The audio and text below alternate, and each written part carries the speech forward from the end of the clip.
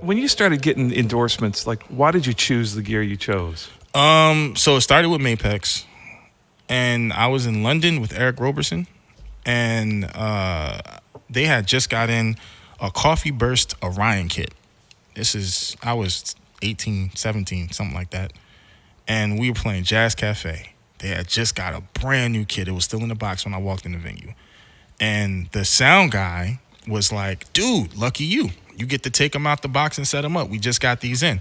And I was like, really? Because I'm still a drum geek. You know what I'm saying? Like, I love fresh drums. I love the smell of them.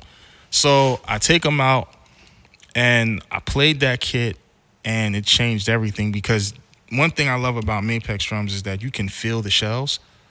Like, you play some drums that are a little stale, and when you play them, even if they have good tone, you can't feel them. Like, there's no resonance or vibration that actually hits you. Yeah. So with those drums, that Orion kit, I felt everything.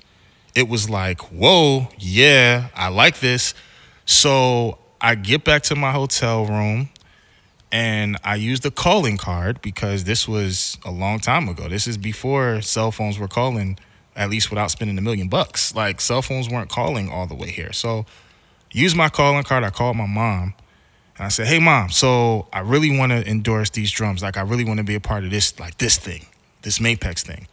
And my mom got in contact with a guy named Joe Hibbs. Oh, yeah. And convinced Joe that I was worth his time, literally. And Joe called Daryl Robinson, and he called Eric Tribbett, because they were both Philly guys that knew me, and was like, hey, this kid Rashid. They were like, oh, he's family. Bring him on in. And it became a full circle thing. But from that day forward, those drums, to this day, Mapex drums are the only drums I obviously felt that from. Every other drum kit I play is like, so that's the only kit that you have endorsed over the years? Only one. Wow. The only one. How many years now? I'm about to tell my age.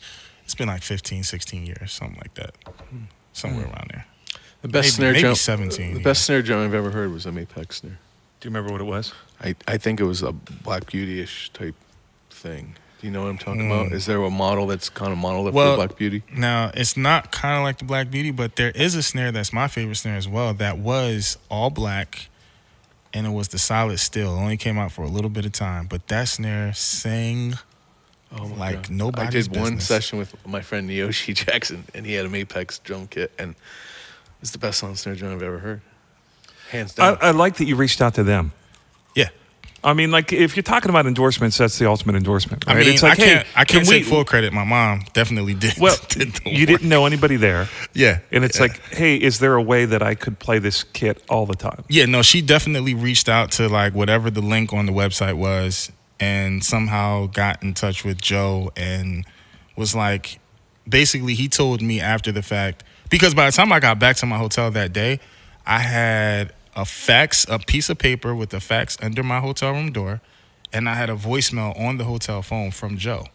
So basically, he was like, your mom basically made it so that if I wasn't going to sign you, like, I would be making the hugest mistake. Were you playing with anyone really big at the time? I was playing with Eric Roberson at the time. And at the time, Eric Roberson, while he was big, yes, he's an independent artist that just did a great job at promoting himself. So this is before John Legend? Way before. This is years and years before. So I was with Eric Roberson, and I was just about to start the Guapole gig. And even with Guapole, she had a hit song in the movie, and she had a really great album out. But in terms of, like, the John Legend fame, so to speak, not to compare, but, like, on that level, we weren't playing arenas. Like, we were playing small clubs. You know what I'm saying? Well, that's a big testament to Joe. I mean, to see, maybe without the paper without the numbers that maybe justify something, but buying into a person.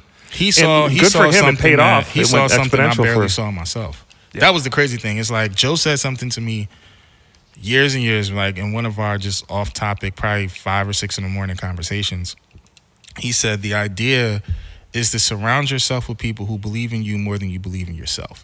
And I was like, oh, I like that. Because real talk, he believed in me more than I believed in myself. And it showed daily in our conversations. I've got a lot of friends that work at companies, and they're all musicians, number one, right? And they're running these companies, and they almost feel like a mission statement that if they don't provide the resources for people to play the music, well, then we can't change the world because music is an integral part of everyday life. Yeah, it's a scary balance, man. Like they feel committed. It's not just like moving prescription drugs, right? These guys, when you go to NAMM, which is the big conference where there's 100,000 people in Anaheim, you go around that room and all those guys, they're musicians. Yeah. It's not like us and them. It's not like we're there and the agents are there, right? It's like they are us. Yeah. So it's a really cool thing. And it's good to find a company that believes. And I'm glad that, like, it makes me feel good that a company took a chance on somebody and that somebody blew up. Well, the thing is, it makes me feel good that not only did they take, or Joe and the company said, hey, we're going to take a chance on you, but they actually followed through with every single thing. You know what I'm saying? Within a week of that, we were on the phone and Joe was like, what sticks do you want to play? Let's get you fully laced up. Like, let's get you taken care of. Yeah. So that we and they don't make sticks, right? Help push you. No, they don't. And it was like he was calling around making calls for me. Yeah, that's like, cool. Hey, I got this kid, Rashid Williams. He's going to be great. Like, just don't ask me why. Don't ask me how. He's going to be great. And he believes so, man, I tell you, certain people in this world, you just can't put quite the real definition of them. He's one of those people. You really can't define him. He just was who he is. Very cool.